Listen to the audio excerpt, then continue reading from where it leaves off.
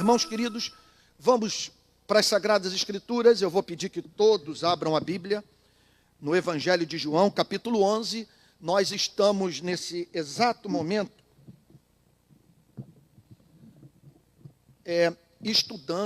examinando o texto do capítulo 11, que fala sobre a ressurreição de Lázaro. Então, vou pedir que você abra a Bíblia aí, em João, capítulo 11. Ok? Todos acharam? Estão todos aí com a Bíblia aberta? Eu vou pedir para o reverendo Clemente vir aqui à frente, reverendo, para orar por nós, pedindo a bênção de Deus. Sabe por quê? Uma coisa, esses dias eu li uma frase, viu, Tony, você que gosta de teologia, eu tremi nas bases. Confesso que foi talvez o soco mais bem desferido este ano na boca do meu estômago. Coisa de você tombar e falar, meu Deus, tenha compaixão de mim. Thomas Brooks, autor da maior obra de batalha espiritual que eu conheço, Preciosos Remédios contra os Ardis de Satanás, eu não sei se já foi traduzida para a língua portuguesa, ele diz a seguinte coisa: nem sempre a graça habita onde há muito conhecimento. E às vezes a graça está presente onde o conhecimento não é vasto. Aí eu falei, meu Deus, eu que me preocupo tanto com conhecimento, que o Senhor não permita que eu me esqueça desse alerta. Porque você pode se tornar um erudito, mas desprovido da unção do Espírito Santo. E como diz o velho hino presbiteriano, sem a tua graça, a igreja murcha. Por isso que nós vamos orar agora com o reverendo Clemente. Porque me apavora a ideia de pregar aqui como um grande orador. Do ponto de vista do domínio da língua portuguesa, dos recursos de oratória, você poder dizer, a mensagem foi impecável. E, contudo, a pregação não atingiu o coração, não mudar a vida, não santificar as afeições, não fazer você sair daqui dizendo, hoje Deus falou comigo. O grande Martin Lloyd Jones diz a seguinte coisa: a tarefa do ministro é trazer um senso de presença de Deus para a igreja. Esse deveria ser o seu principal objetivo. Durante o culto, pregar de uma tal maneira que todos sejam levados a dizer, Deus esteve entre nós. E o reverendo Clemente, portanto, vai estar orando agora para que nós não tenhamos apenas um momento informativo nesse culto, mas que haja demonstração de espírito e de poder nessa manhã, em nome de Jesus. Reverendo.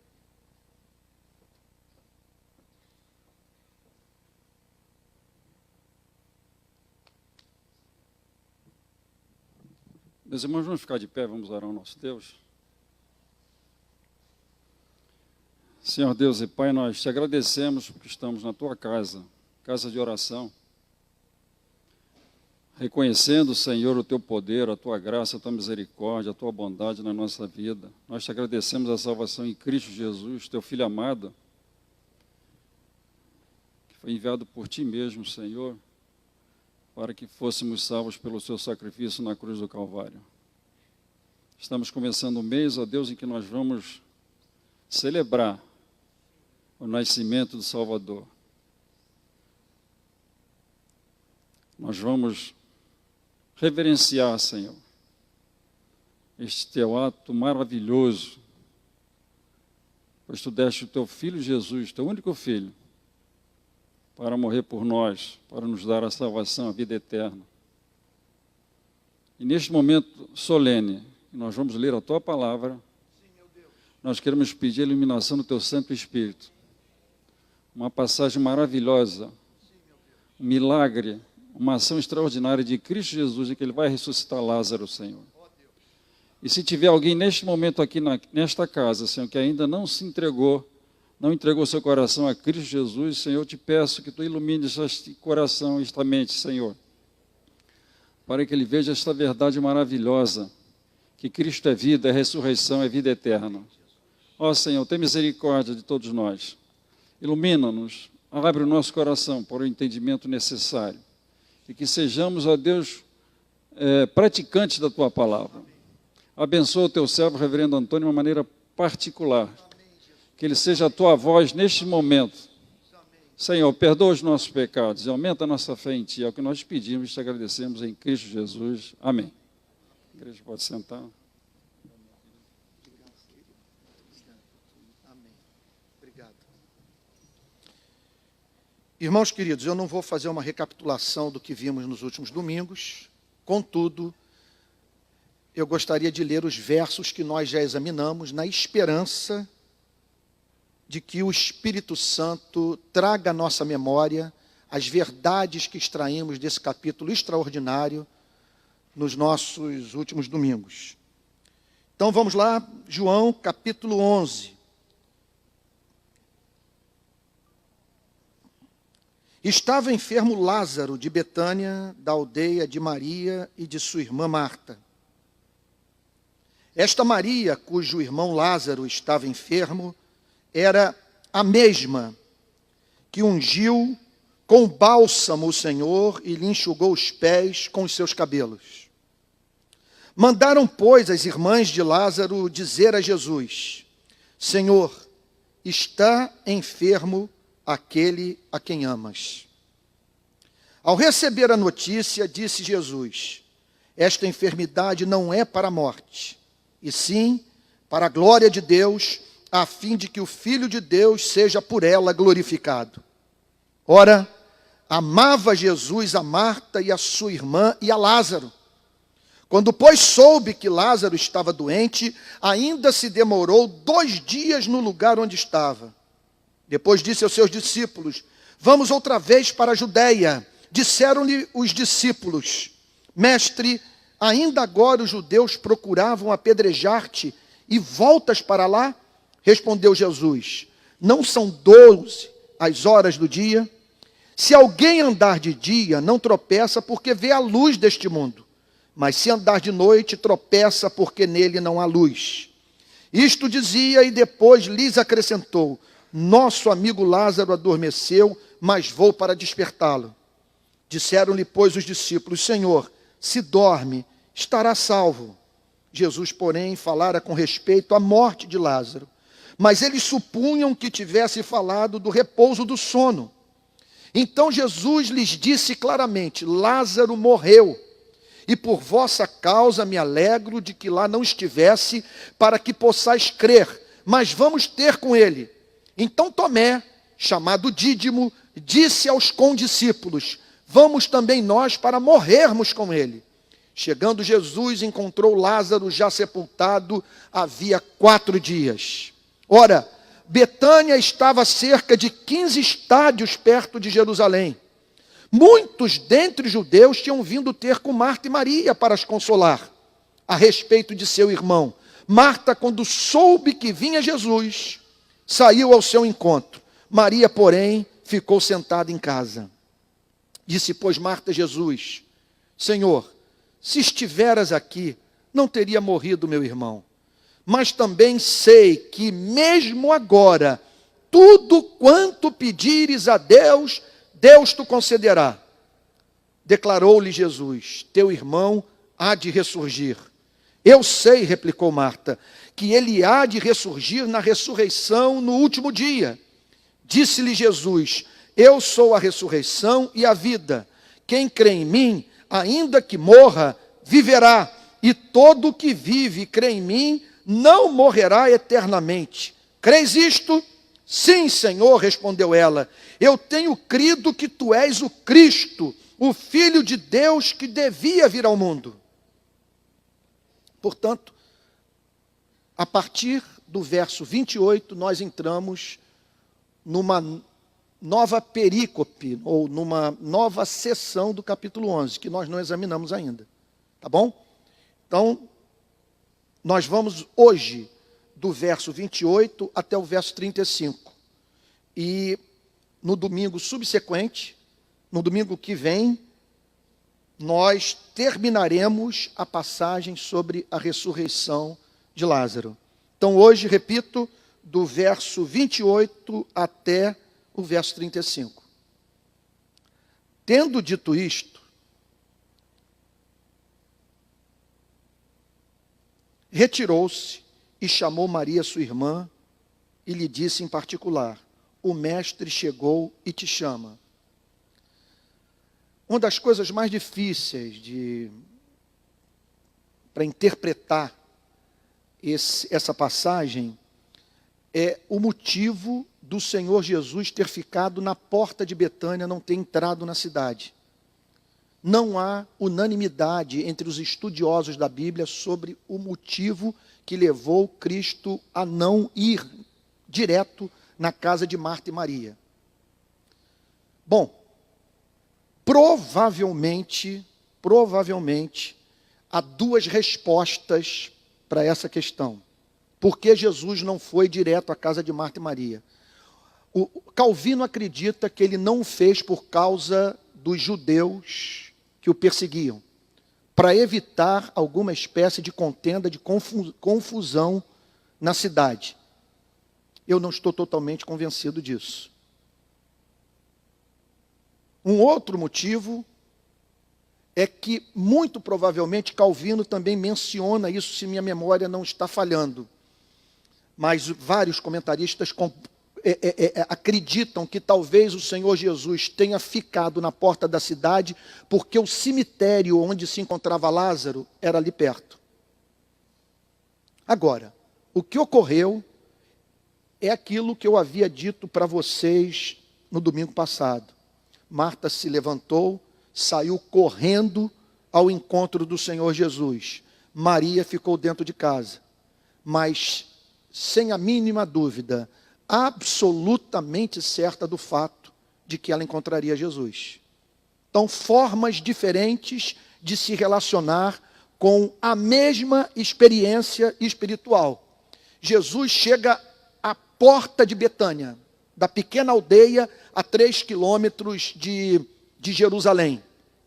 Pois bem, uma das irmãs se levanta e sai correndo na direção de Cristo, Marta, e a outra fica dentro de casa. O que significa, portanto, deixa eu fazer uma aplicação aqui.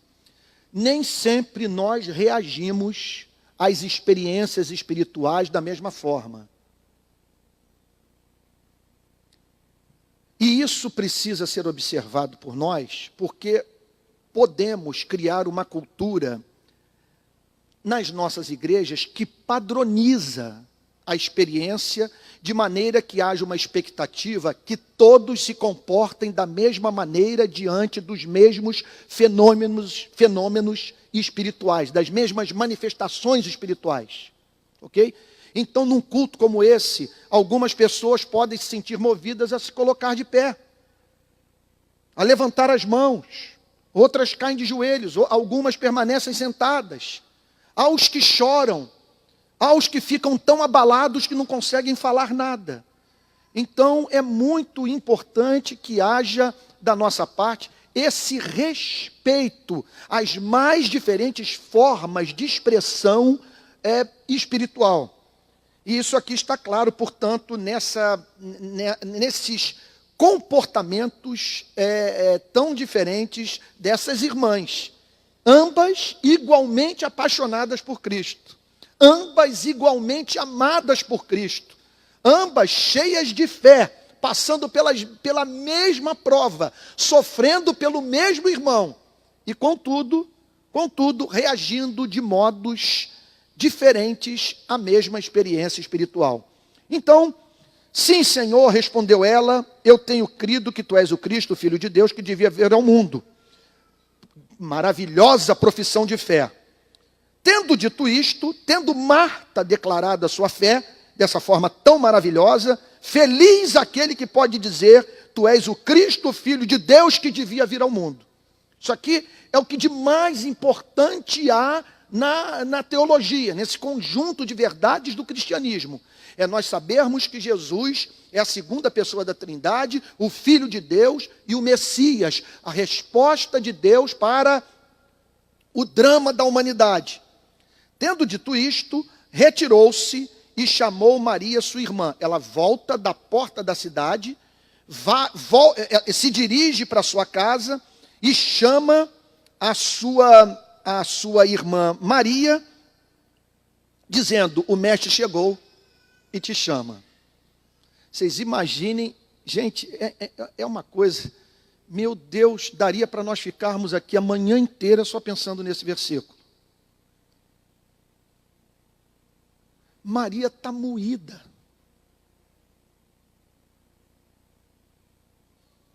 Sobrecarregada de dor, de luto, provando da mais radical impotência.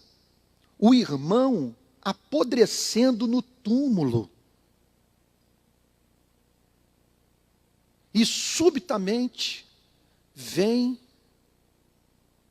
esse convite. Maria, levanta, porque o Senhor chegou e te chama. É muito difícil nessa hora o pregador passar sobre uma passagem como essa sem explorar toda a sua riqueza. Porque é muita verdade contida aqui. A primeira verdade, entre as muitas que nós poderíamos mencionar, e eu fico muito feliz de poder dizer isso para vocês, e quem vai declarar o que eu vou declarar a partir de agora, eu posso dizer, é um companheiro seu de tribulação, é um companheiro seu de tentação.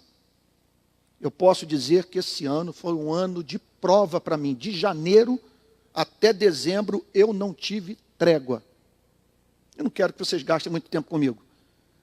Só para lhe dizer que não é só contigo. Não é só contigo. Ok? Marta e Maria passaram pela dura prova de ver um irmão cair de cama, ser acometido de uma doença mortal e vir a morrer. E eu não preciso receber revelação do alto para saber que eu estou falando nessa manhã para pessoas que estão atravessando os mais diferentes tipos de prova. E o que nos consola? Eu não posso, como pregador, dar a você a esperança de que entrará você no reino dos céus sem passar pelo fogo da tribulação.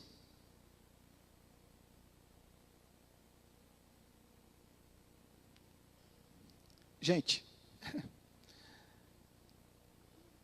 entre esse presente ponto, esse exato momento da nossa vida e a morte, nos aguardam muitas provas. Impossível viver nesse planeta sem ser provado. Isso aqui não é mais um jardim. Foi transformado num vale de lágrimas. Decepções o aguardam.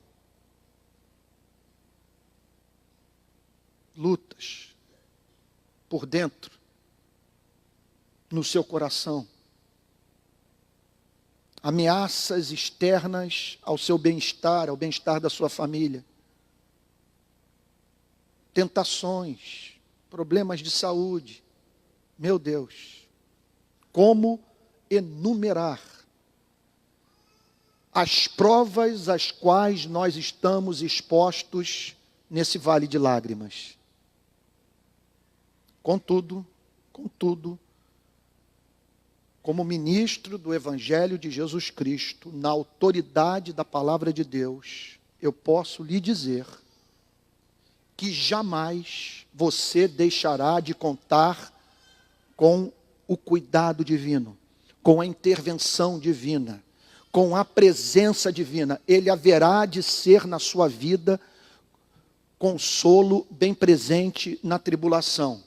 Então veja só, em nome do Senhor Jesus, entenda, você não vai estar só nunca. Nunca. Nunca. E Cristo vai se manifestar desta forma. Chegando no tempo de Deus, de acordo com o decreto de Deus, mesmo que aos seus olhos a profecia não tenha se cumprido, a oração não serviu para que sua súplica fosse atendida, e depois de orar tudo piorou. Mas entenda uma coisa, que ele vai chegar naquele exato ponto que a tribulação terá cumprido o seu papel na sua e na minha vida. Ainda que lhe seja mais interessante ressuscitar o morto do que curar o enfermo.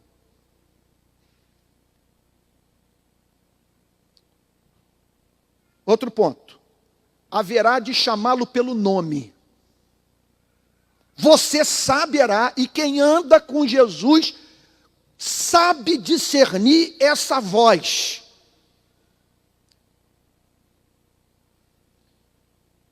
Que é mais do que a consolação que advém mediante o contato com esse livro, com as Sagradas Escrituras. É uma voz endereçada a você, é uma comunicação pessoal. Vai dizer para Maria que eu quero conversar com ela. Vai dizer para Maria que chegou o amado da sua alma. Vai dizer para Maria que eu nunca estive longe dela, bem como de sua irmã e do seu irmão. Que eu encho a terra com o meu ser.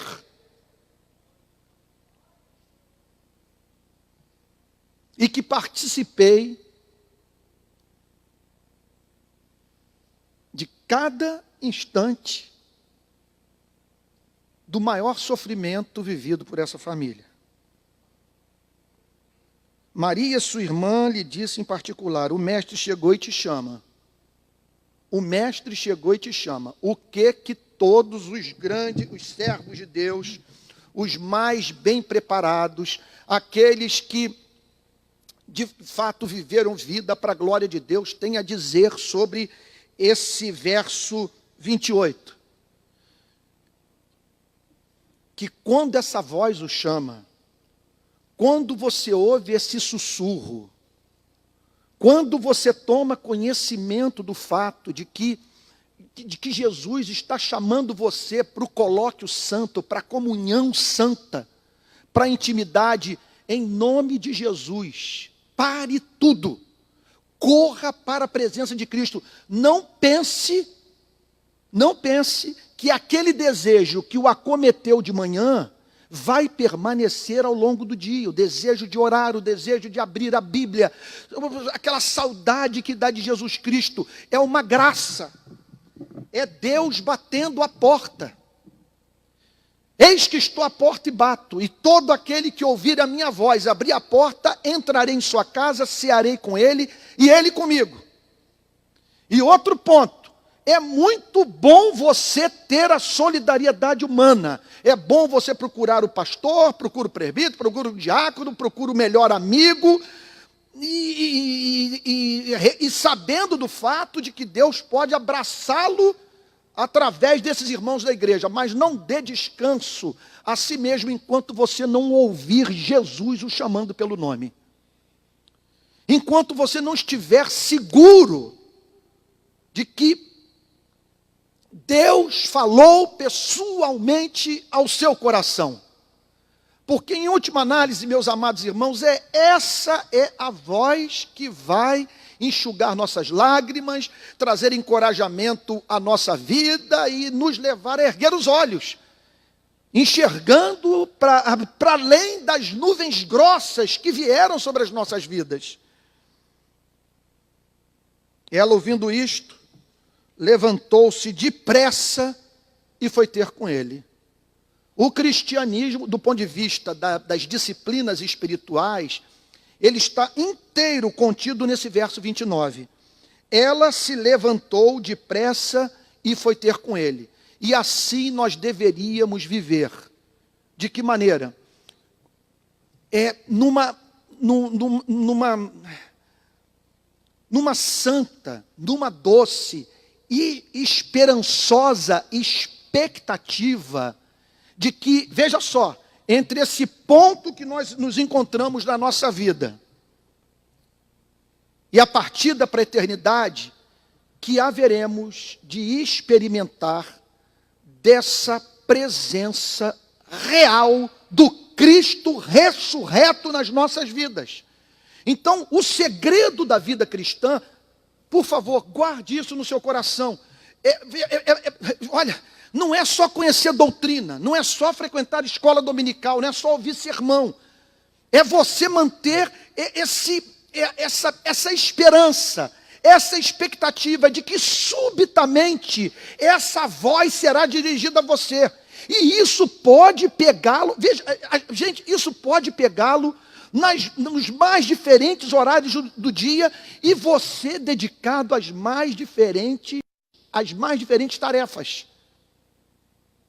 Eu me lembro, a experiência das mais gloriosas que eu vivi na minha vida me pegou dirigindo o carro. Foi no dia seguinte à morte de Jorge Amado. Eu estava na casa dos meus pais, eu me lembro até hoje, sentado na poltrona, ao lado do meu pai e da minha mãe, e o Jornal Nacional mostrando, falando da biografia, da história e tal, de Jorge Amado, mostrando sua casa, um jardim que havia, Zélia Gattai mostrando as árvores que Jorge Amado havia plantado na sua casa na Bahia, aquela coisa toda. Terminou aquilo, eu entrei no meu carro e resolvi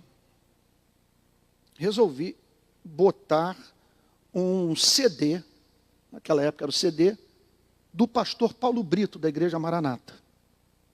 Pastor Paulo Brito, interpretando um dos hinos mais estimados do Billy Graham, presente praticamente em todas as suas cruzadas evangelísticas, Manso e Suave. Manso e suave, Jesus está chamando, chama por ti e por mim. Quando, na interpretação do Paulo Brito, o hino chegou naquela parte que diz: correm os dias, as horas se passam por ti e por mim, transes de morte por fim nos esperam, vem tanto a ti quanto a mim. Oh, não desprezes o que Ele está dando. Vem já, alma cansada, vem já. O Espírito Santo pegou a estrofe e me pegou. Eu já tinha chegado no bairro onde eu moro, Pendotiba. Quando veio aquela história de alma cansada, a transitoriedade da vida, a preocupação de Cristo com o nosso bem-estar revelado nesse hino. Vem já, alma cansada, vem já. Eis que Ele à porta te espera velando. Vela por ti e por mim, o chamando para você receber o perdão dos pecados, a vida eterna e se livrar definitivamente do espectro da morte. Aquilo me pegou de uma tal maneira que eu desatei a chorar enquanto eu dirigi o carro. Falei, eu não tenho a mínima condição de entrar no meu condomínio, porque eu não tenho esperança desse pranto acabar, e eu vou chegar, o porteiro vai me ver nessa situação toda, sabe, o que eu vou fazer agora? Aí decidi passar do meu condomínio, fui para um bairro seguinte, chamado Maria Paula, fiz o retorno. No que eu fiz o retorno, as doutrinas da graça, especialmente a doutrina da predestinação, se me tornaram tão claras, tão excelentes, tão amáveis, tão desejáveis, tão irrefutáveis, que o pranto só aumentava. Eu voltei na direção oposta, passei novamente lá à frente da entrada do meu condomínio, tomei o caminho das praias da região oceânica e fui pela estrada em direção a Piratininga, que é um lugar, uma geografia muito importante para a minha vida espiritual, lugar onde pela primeira vez o Evangelho foi pregado para mim. Quando eu cheguei no praião de Piratininga, eram mais ou menos 9 horas da noite. Estava o mar escuro, o dia assim, escuro. Quando eu cheguei ali, o Espírito Santo imprimiu na minha mente João 3,16. Porque Deus amou o mundo de tal maneira que deu seu Filho unigênito para que todo aquele que nele crê não pereça, mas tenha vida eterna. Quando eu parei para pensar de tal maneira, na intensidade desse amor, gente, até então eu não tinha vivido isso na minha vida. E nessa intensidade talvez eu nunca mais tenha vivido. Esse de tal maneira tornou Deus tão amável, tão excelente para mim, tão desejável, tão digno de ser louvado, que eu comecei a literalmente bater no volante do meu carro. Eu batia no volante e eu dizia: Deus, como que a humanidade perdeu o encanto por ti? Como que os seres humanos conseguem viver sem o amar? Esse é o nosso pecado, essa é a desgraça da humanidade. Nós perdemos o encanto pelo ser mais excelente do universo. Então o que eu tenho para lhe dizer? Mantenha uma atitude, a palavra que está me vindo agora é responsividade. Viva nessa expectativa de que essa visitação pode ocorrer a qualquer momento. Em geral, os antigos dizem, e nesse ponto nós temos que contar com a história e com todo o registro deixado por servos de Deus que passaram por gloriosas experiências com Deus. Em geral, os santos de Deus declaram que essa experiência os acometeu lendo a Bíblia. E o que ocorra, e o que costuma ocorrer nessas horas? Essa tem sido a minha experiência nesses 36 anos de vida cristã. Essa gente conta o seguinte, que estava lendo a Bíblia e de repente o versículo pulou da Bíblia. O versículo saltou e a mesma passagem que já havia sido lida 50 vezes, de repente se transforma em profecia. É Deus falando, é isso que nós estamos vendo aqui. O mestre chegou e te chama, Maria. Então, em nome de Jesus, entenda uma coisa. Aliás, um pregador americano disse isso outro dia. Que a nossa relação com as redes sociais, com a internet, prova que nós não éramos verdadeiros quando dizíamos que não tínhamos tempo para orar. Que orávamos pouco, porque não nos restava muito tempo. E eu sugiro a você, não prive sua alma da companhia doce de Jesus. Não prive sua alma de atender esse convite. Marta chegou com essa informação santa, gloriosa, o mestre chegou e te chama. E a Bíblia diz que Maria saiu correndo, ouvindo isto, levantou-se depressa e foi ter com ele. Pois Jesus ainda não tinha entrado na aldeia, mas permanecia onde Marta se avistara com ele. Verso 31. Os judeus que estavam com Maria em casa e a consolavam, vendo-a levantar-se depressa e sair, seguiram-na, supondo que ela ia ao túmulo para chorar. É interessante o comentário de Calvino sobre essa passagem. Calvino, o modelo calvinista de espiritualidade é muito interessante. Porque, veja só, é capaz de entender essa dor. É capaz de entender essa dor, sem a mínima dúvida. Mas de dizer o seguinte, Calvino comenta, que há pessoas que depois da morte do marido, abandonaram os filhos, ou da morte de um cônjuge, da mulher, ou de alguma perda, e que de repente essas pessoas vivem no túmulo, vivem na sepultura. E ele diz a seguinte coisa, Calvino, no comentário sobre esse versículo, em razão da desordem da nossa vida emocional por conta da queda, nós temos a tendência na vida de, nessas horas de sofrimento, nos comportarmos como os pagãos. Porque há um sofrimento, veja só, que é vivenciado por nós e pelo não cristão em razão de termos a mesma natureza. Contudo, a palavra de Deus diz, com muita clareza, que nós não devemos sofrer como os demais, que não têm esperança. Então, uma tendência em nossas vidas, muitas vezes, de chorarmos como os pagãos que não têm esperança. E muitas vezes também nós nos encontramos chorando por aquilo que não nos deveria causar dor. estamos simplesmente sofrendo por aquilo sem o que nós poderíamos viver muito bem. Um luxo da vida. Um luxo. Eu me lembro, no antigo templo, terminou a pregação, várias pessoas vieram ao púlpito para conversar comigo.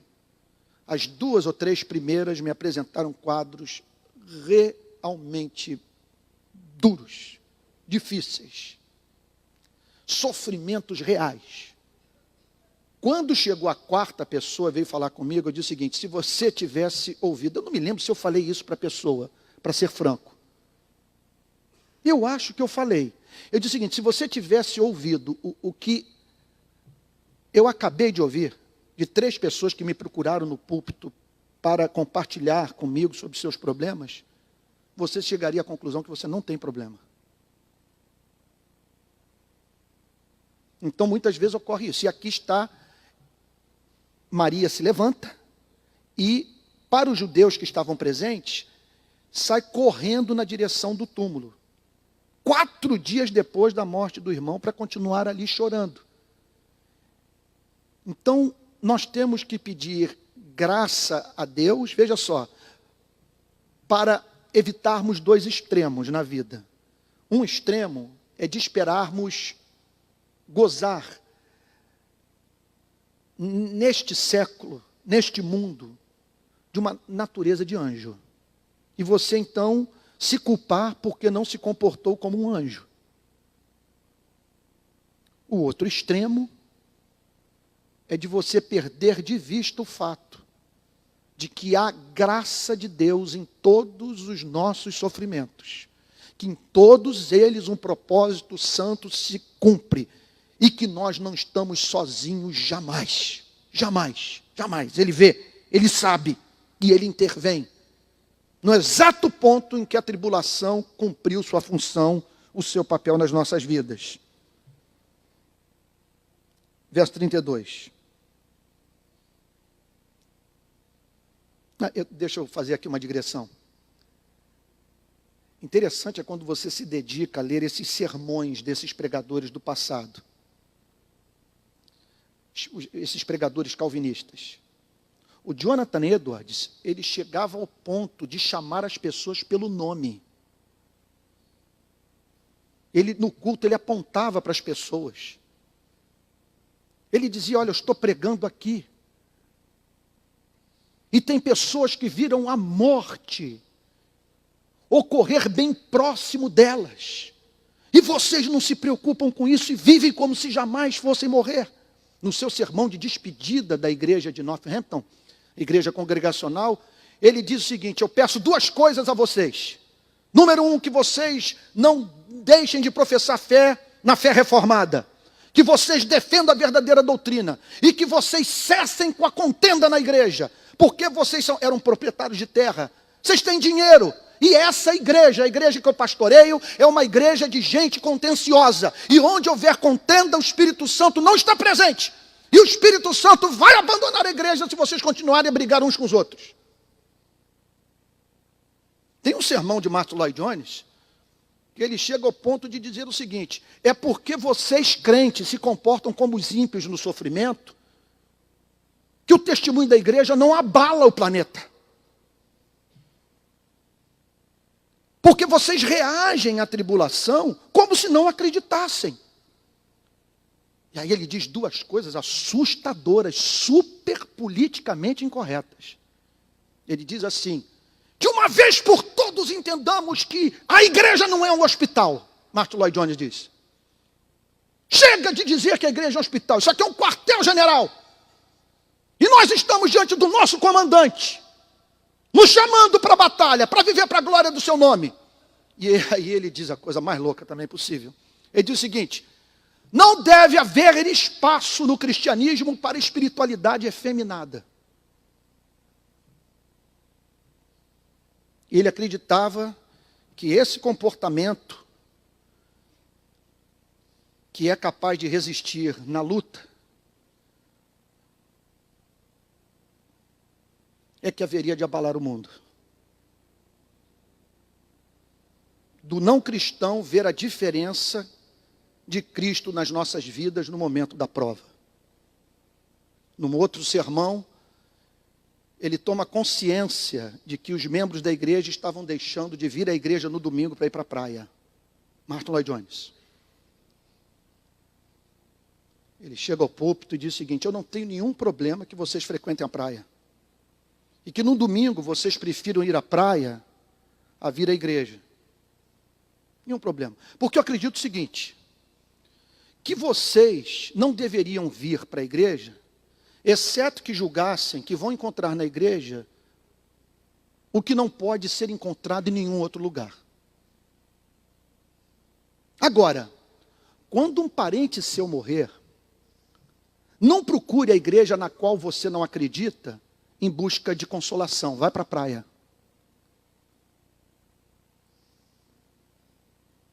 Estou dizendo isso porque eu fiquei surpreso quando esta semana eu li o comentário de Calvino. Como que Calvino não foi nada misericordioso com esse verso 31. Com a atitude dessa gente, se levantando, indo para o túmulo, todo mundo chorando, como que se não houvesse ressurreição, como se Deus não fosse um Deus de amor, um Deus real, que exerce controle soberano sobre a vida. Bom, quando Maria chegou ao lugar onde estava Jesus, aí ela chega ao lugar onde estava o Senhor Jesus Cristo. Meus amados irmãos, como descrever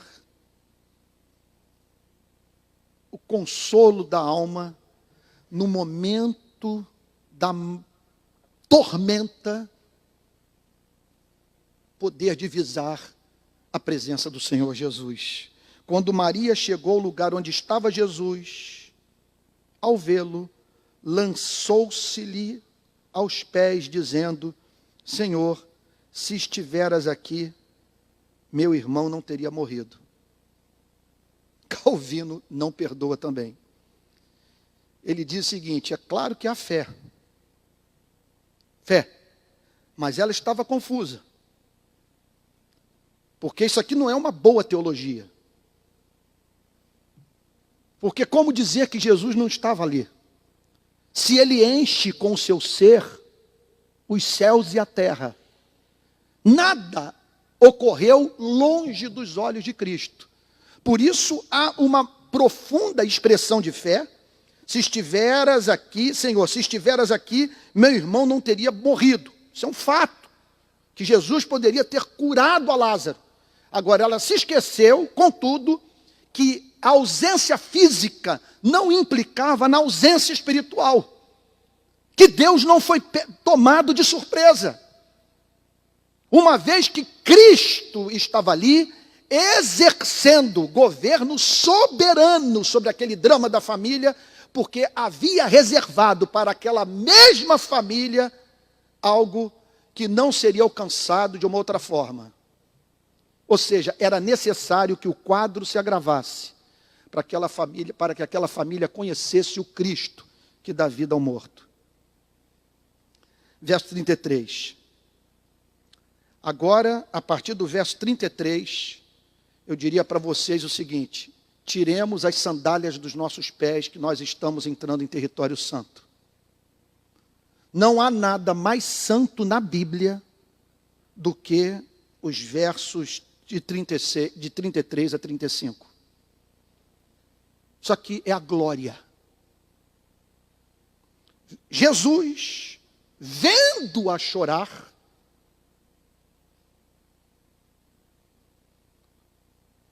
ou seja, o nosso Deus recolhe no seu odre cada lágrima derramada por você. Conhece a sua dor, sua perplexidade, suas dúvidas. Jesus, vendo-a chorar,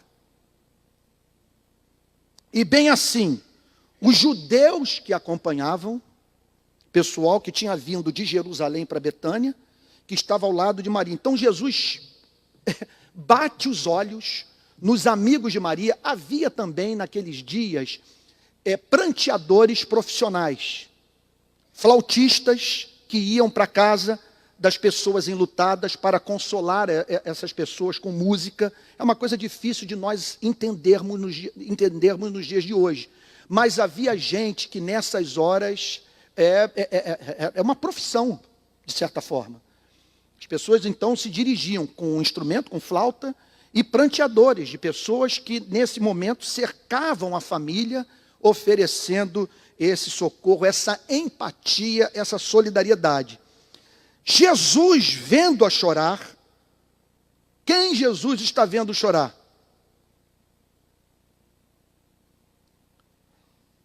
Alguém a quem ele amava ardentemente, conforme vimos nos domingos anteriores.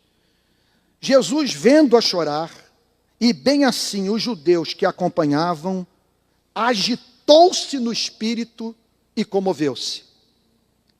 Vamos tentar agora entender a vida emocional de Jesus. E o que o levou a experimentar aquela forte comoção. Não há mínima dúvida de que só há o registro dessa comoção de Cristo porque ela foi visível. O que a Bíblia está dizendo é que quando o Senhor Jesus viu Maria chorar, ele foi acometido de ira, de uma forte comoção, quer dizer, uma indignação. No grego, sabe quando você vê um cavalo, como que é? O verbo está me falhando agora. Quando você vê aquela fumaça, aquela coisa, tem um verbo para isso, gente, está me escapando agora. Isso. No grego a ideia é essa.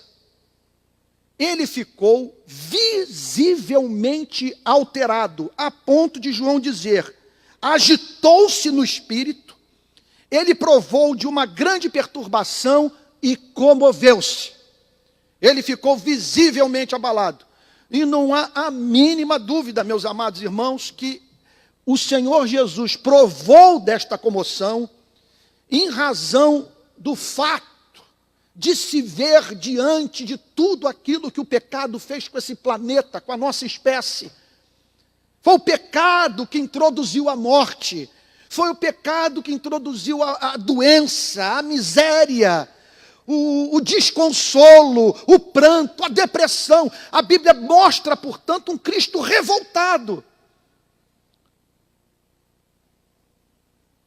movido também pela mais profunda compaixão por ver seres humanos experimentando de dor tão intensa em suas vidas. Jesus, vendo-a chorar, e bem assim os judeus que acompanhavam, agitou-se no espírito e comoveu-se. Irmãos queridos, vale a pena nós também darmos uma direção para a interpretação desse versículo um pouco diferente. Porque aqui está sendo revelada a vida emocional de Jesus. O Verbo se faz carne e a humanidade passa a se ver diante do ser humano perfeito, do ser humano vivendo para a glória de Deus, do ser humano pensando os pensamentos de Deus, isso em plenitude. E o que o texto nos ensina é que quanto mais próximos de Cristo nos tornamos, mais teremos dificuldade de lidar com esse planeta. E é inevitável que, na exata medida que nós crescemos em santificação, que nossa vida emocional vá passando por essas turbulências. De você se pegar diante de alguns quadros que você é tomado de comoção súbita. Súbita. Como eu tenho vivido isso nos últimos 11 anos. De repente você desata a chorar. Numa das vezes, Foi quando 2 policiais militares foram executados na Fonte da Saudade. Nós levamos uma faixa, mataram aqui 2 seres humanos que trabalhavam em condições subhumanas. E aí então decidi ir para o enterro em Sulacap de um dos policiais. Eu estava ao lado do caixão, do lado esquerdo do caixão, policiais militares em volta, e eu pude ver o exato momento em que a filha adolescente entrou, uma menina de 13 anos, presumo, com o irmão dela de 5.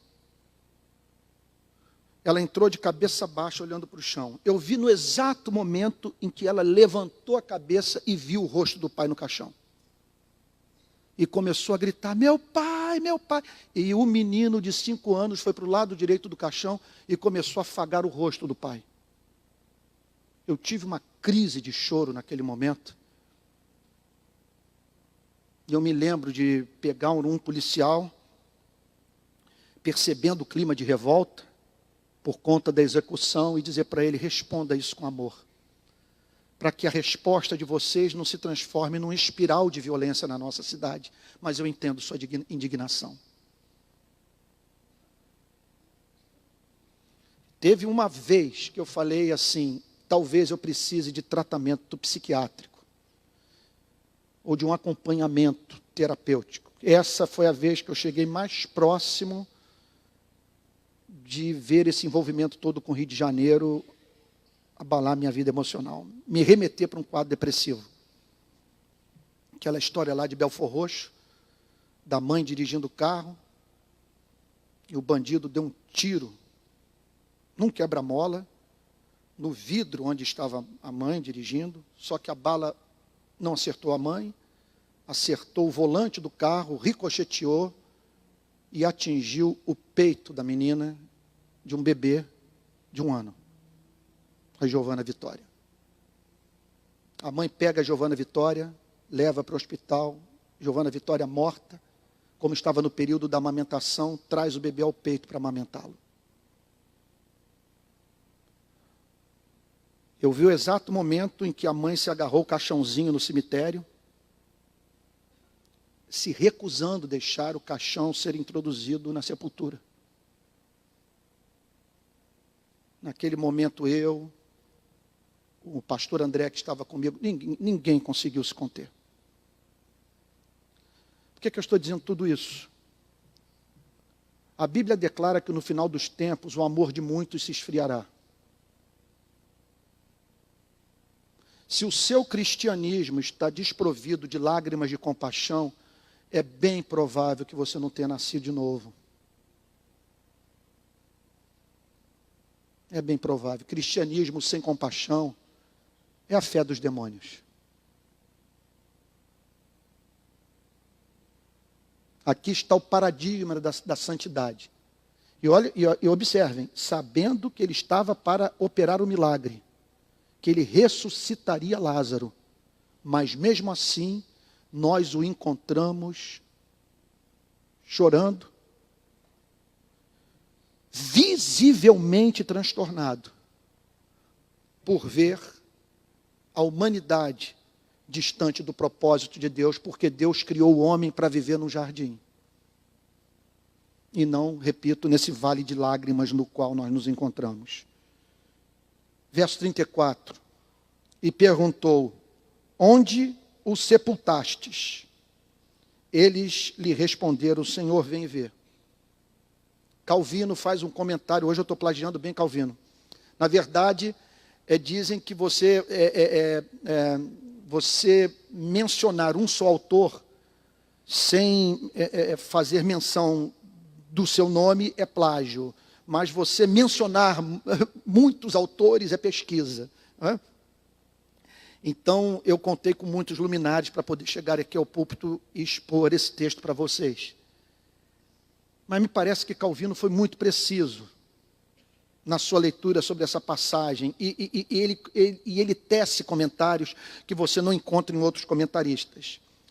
E ele fala algo muito interessante sobre esse verso 34.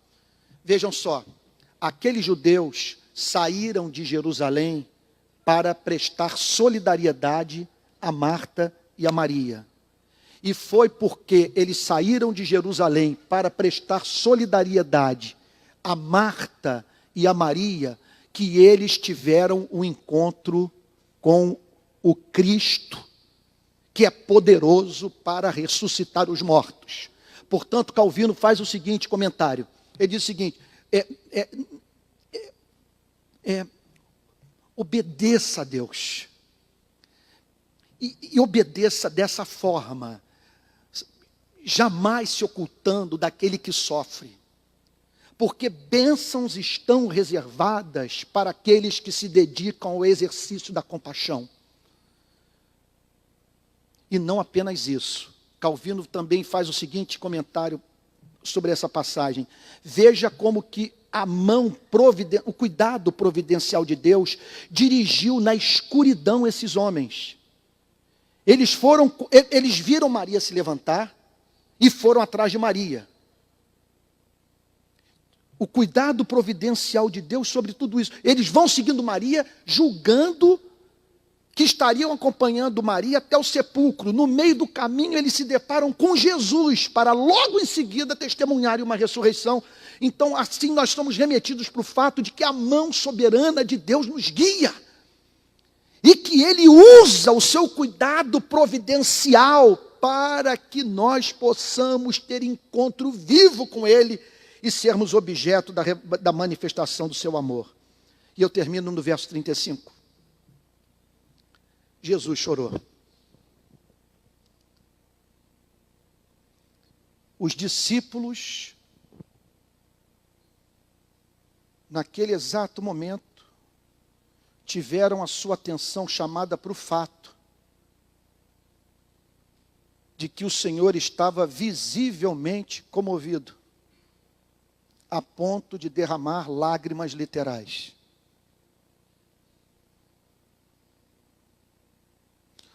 Ontem, sob o impacto desse verso 35, eu mandei a seguinte mensagem para as redes sociais. Toda a teodiceia, toda a defesa dos procedimentos de Deus para com a humanidade, toda consolação nos momentos de dor indizível, toda a beleza do caráter de Cristo, estão revelados nessa frase. Jesus chorou. Aqui reside a nossa esperança. É justamente por acreditarmos nisso que nós temos esta vida como algo que vale a pena ser vivido. Por isso nós temos esperança. Por isso que nós não nos desesperamos. Por isso que ações de graças em nosso coração, porque se Jesus chorou, Deus sofre de dores empáticas, Ele é solidário ao nosso sofrimento. O texto, portanto, nos revela um Messias compassivo, misericordioso, que sofre dores empáticas, que se une a você na dor. Nós não estamos, portanto, diante de uma entidade fria. Nós não estamos diante de uma coisa, do acaso cego, ou de um super-anjo.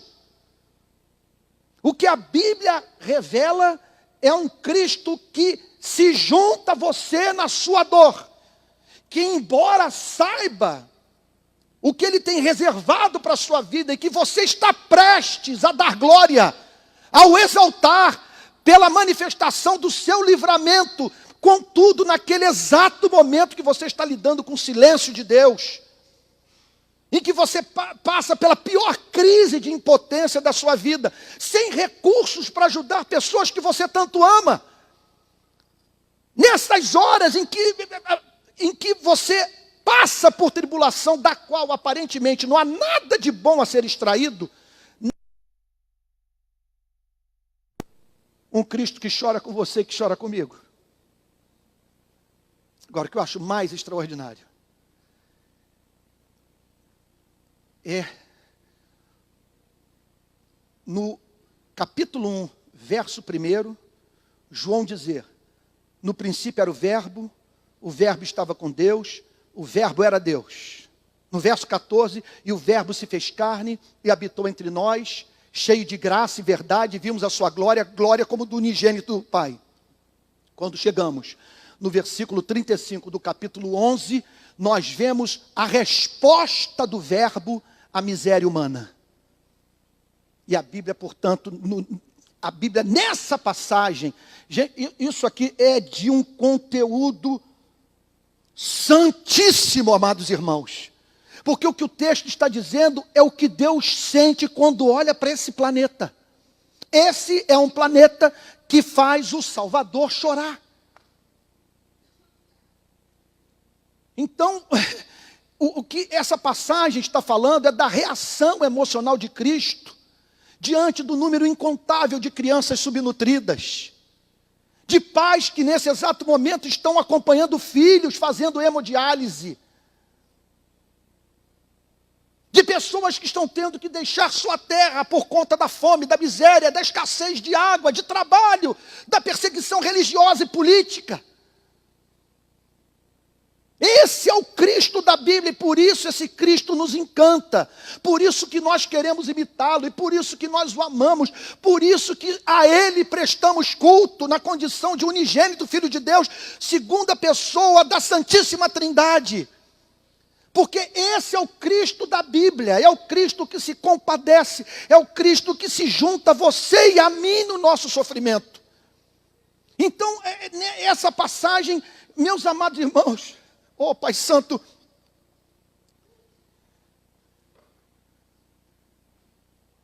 se o Deus da Bíblia é apresentado na pessoa do seu Filho, olhando para o pecado, para a morte, com lágrimas, com os olhos marejados, não há a mínima dúvida que os dias desse planeta estão contados. Porque quem está chorando tem todo o poder. Não há a mínima dúvida, amados irmãos, que haverá um fim do mundo. Não há a mínima dúvida que haverá um retorno de Cristo. Não há a mínima dúvida que serão criados novos céus e nova terra, porque Jesus está chorando. E quem está chorando tem todo o poder. E a Bíblia diz que ele está chorando e está irado. Está indignado, porque este não foi o planeta que ele criou para você e para mim habitarmos. E se não houvesse uma só promessa escatológica na Bíblia, bastaria esse versículo 35 para nos convencer do fato que o nosso Salvador não vai ficar chorando por toda a eternidade. Não há mínima dúvida, não vai ficar chorando por toda a eternidade. Por isso que a Bíblia diz, no livro de Apocalipse, que será enxugada toda lágrima. E que ele não voltará agora para nascer num estábulo, para ter que fugir para o Egito, e para ser cuspido, torturado e posto numa cruz. A Bíblia descreve a sua volta como um guerreiro que vem montado num cavalo branco, e todo joelho se dobrará, e toda língua confessará que Jesus Cristo é o Senhor. Porque eu sei, porque Jesus está chorando. Jesus está chorando, só que o choro dele não é o seu choro, não é o meu choro. É a pura, santa expressão de compaixão de um ser que tem o universo na palma da sua mão. Aqui está a nossa esperança. Ele odeia o pecado. Ele odeia o luto. Ele odeia a morte. Ele odeia a fome. Ele odeia a miséria. Ele odeia tudo aquilo que nos faz prostrar e derramar o choro do desespero. Por isso que nós encontramos aqui. Que Deus nos dê graça, portanto, para sabermos que esse é o nosso Deus. E que Deus nos conceda graça para participarmos da vida emocional do Senhor Jesus. Da vida. Se você crescer em santidade,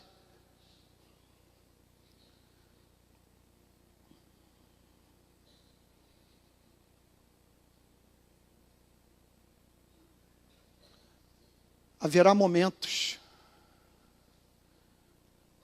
que você correrá para a presença de Deus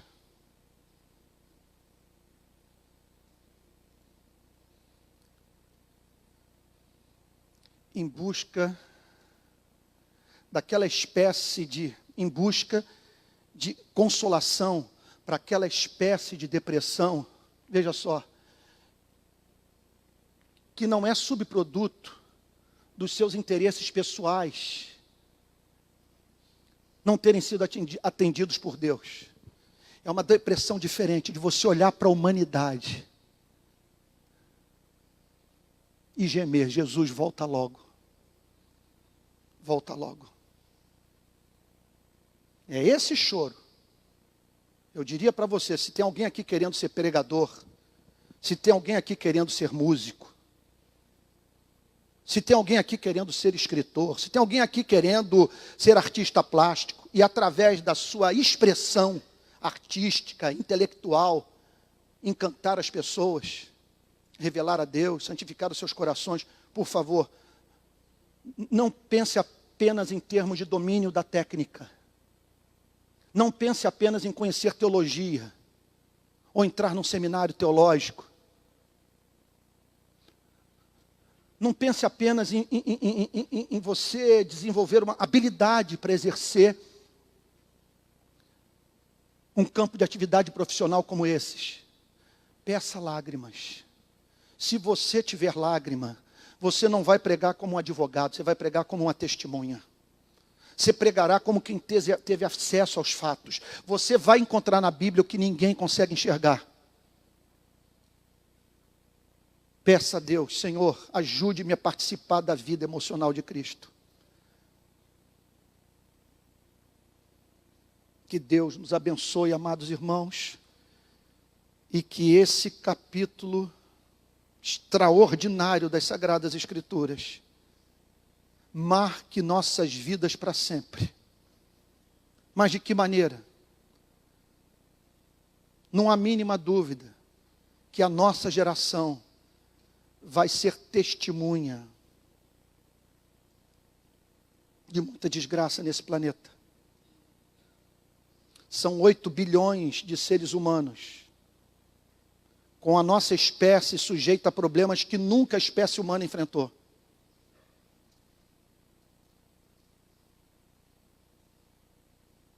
Então, o que mais nós precisaremos, diante dos fatos, das imagens, das histórias que nos chegarão nos nossos aparelhos de telefone celular, nos nossos computadores, nas telas das nossas televisões, é nos lembrarmos desse verso 35. Jesus chorou. O nosso Deus não é um Deus indiferente.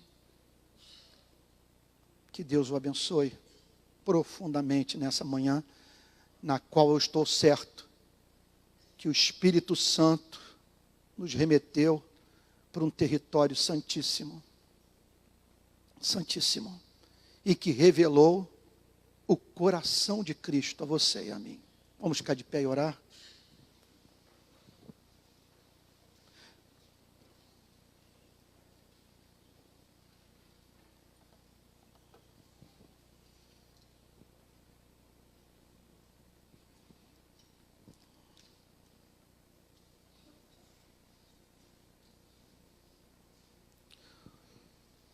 O Senhor quer se dirigir a você pelo nome.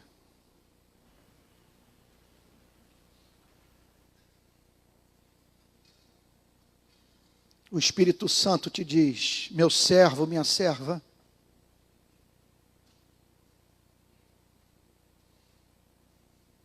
eu sei que sua tentação tem sido acreditar que eu me esqueci de ti.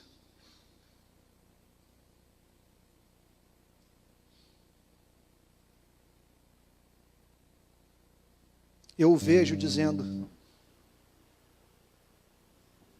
isso Deus pode estar falando para você. Mas o Senhor me abandonou. O Senhor se esqueceu de nós. Mas o Espírito Santo, o chamando pelo nome, hoje lhe diz: por acaso, meu servo, por acaso, minha serva, pode uma mãe esquecer-se do filho que ainda mama, de sorte que não se compadeça do fruto do seu ventre? Mas ainda que essa viesse a se esquecer dele, eu, todavia, não me esquecerei de ti. Não me nivele aos humanos. Não me torne inferior aos pecadores.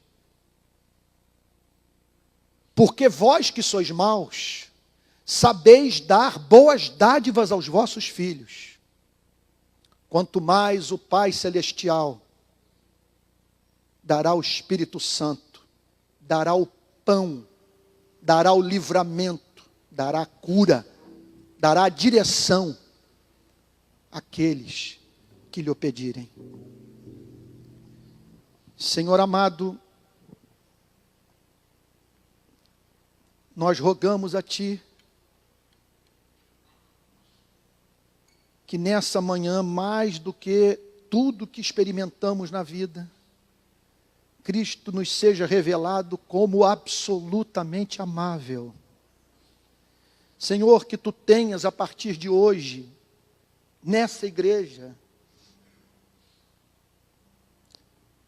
homens e mulheres em estado de perplexidade, de encanto, de louvor, face à beleza de Cristo. Nós Te agradecemos por um Salvador tão compassivo. Nós bendizemos o Teu nome por saber que Tu conheces a nossa dor, que Tu nos é apresentado nas Sagradas Escrituras chorando conosco. Louvado seja o Teu nome, Senhor. Louvado seja o Teu nome. Nós bendizemos o Teu nome, pois conforme diz a carta aos Hebreus, capítulo 4, verso 14, tendo, pois, a Jesus, o Filho de Deus, como grande sumo sacerdote que penetrou os céus, conservemos firmes a nossa confissão, porque não temos sumo sacerdote que não possa compadecer-se das nossas fraquezas. Antes foi ele tentado em todas as coisas à nossa semelhança, mas sem pecado. Acheguemo-nos, portanto, confiadamente junto ao trono da graça, a fim de recebermos misericórdia e acharmos graça para socorro em ocasião oportuna. E hoje, o mesmo Cristo que na porta de Betânia disse: manda chamar Maria, minha amada, hoje se dirige a você também o chamando pelo nome, a fim de que você esteja na sua presença e lhe seja comunicada a paz que excede todo entendimento. Faz assim, Senhor, em nome de Jesus.